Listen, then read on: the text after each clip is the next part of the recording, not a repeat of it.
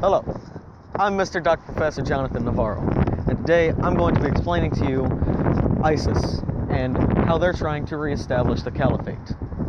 Some images and videos may be disturbing to some viewers, and viewer discretion is advised. This interview explains how an ISIS member thinks. He says that he is a member of the army of ISIS, and that his purpose is to defend his brothers. My purpose is to defend my brother. What does that mean? Defend him from what? Is there some sort of unknown war that the rest of the world doesn't know about? Or is it simply that in the line of battle, he is to defend his brothers as they are to defend him?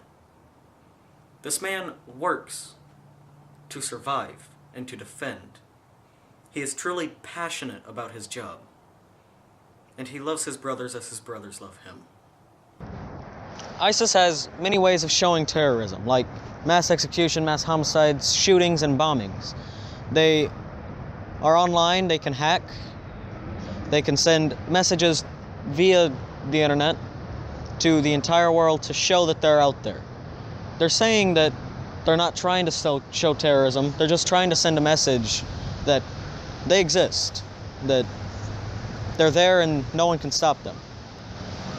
Their use of heavy artillery and bombs can aid in their success of turning the world into a caliphate.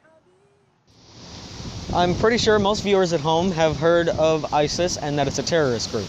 But does anybody really know what the word stands for and what ISIS's purpose is? The word ISIS stands for the Islamic State in Iraq and Syria. And their purposes are trying to reinstall the caliphate. The caliphate is a Muslim government that has politics and religion tied together. This caliphate is ruled by a caliph, a chief Muslim civil and religious ruler. He is the prince of all believers. The last caliphate died in the late 20th century. ISIS recently spoke the word caliph in one of their many online videos. And by them saying this one word, they have removed the IS off of ISIS, changing the Islamic State of Iraq and Syria just to the Islamic State. They named Abu Bakr al-Baghdadi the new caliph. He is the prince of all Muslims. Many of you are wondering what this caliphate is and what it will look like.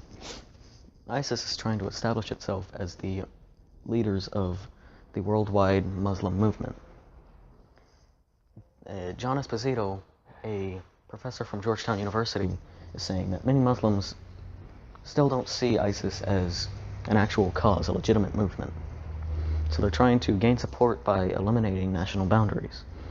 And they're doing this to grant greater political and theological legitimacy for themselves. There's a civil war going on in Syria between the rebel militias and the Syrian government. Now, ISIS is trying to take advantage of this whole war by eliminating the militias and the government itself to try to claim Syria all on its own. Now, the militias are saying that ISIS shouldn't be doing this because they're not helping the revolution. They're destroying the revolution and helping the regime. The militias are saying that ISIS needs to either leave Syria or join the militias because they're not helping anything, they're not leading any Muslim movement. They're fighting for themselves to make themselves more popular. Along with the Syrian war, ISIS is claiming many terrorist attacks around the world, including the most recent, the Paris attack, which took 127 lives in multiple areas. They took credit for this attack online, saying that they already had their pre-designated areas and that this was the first of the storm. What is this storm? Are they saying that they're about to start World War III, or are they saying that they're becoming so powerful that soon the world may never be able to stop them? We don't know. Now, a hacker group named Anonymous is fighting ISIS online, and this group is claiming to say that ISIS is planning many more attacks in Paris, in the Wrestling Survivor Series, in Atlanta, Georgia, and many places in Europe and the Middle East. Now, with the given information, many of you are asking, will ISIS succeed? Will they actually do it and take over the world? And in the event that they do, they're going to take over many parts of Syria and North Africa and the Indian subcontinent. Now, with the information given, I personally think that they have the ability to take on the world and take over the world and own the world. The whole world can come together and work together in unison. We can stop ISIS. And the question is not, will they succeed? The question should be, are we going to let them? ISIS is a huge terrorist group, but they're still so small that with the rest of the world fighting them, they're not going to take over the world. They can't succeed with the power that they have right now.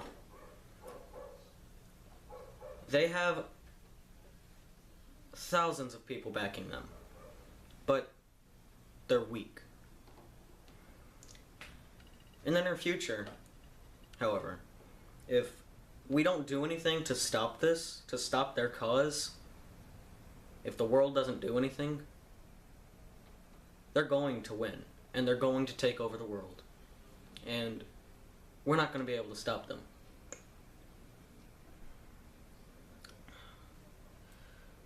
They're very clever. They put videos up, and the governments of the world choose to ignore them. And my question is why? Why do you blatantly ignore something that's this important? Why do you refuse to see that ISIS is a thing that's happening, and that it's happening right now? The world needs to stop treating ISIS like they're children, and we need to start treating them like they are. They are a military group that has been trained to kill. They like to kill. And we have to do something to stop it. Or else we may not be able to do anything.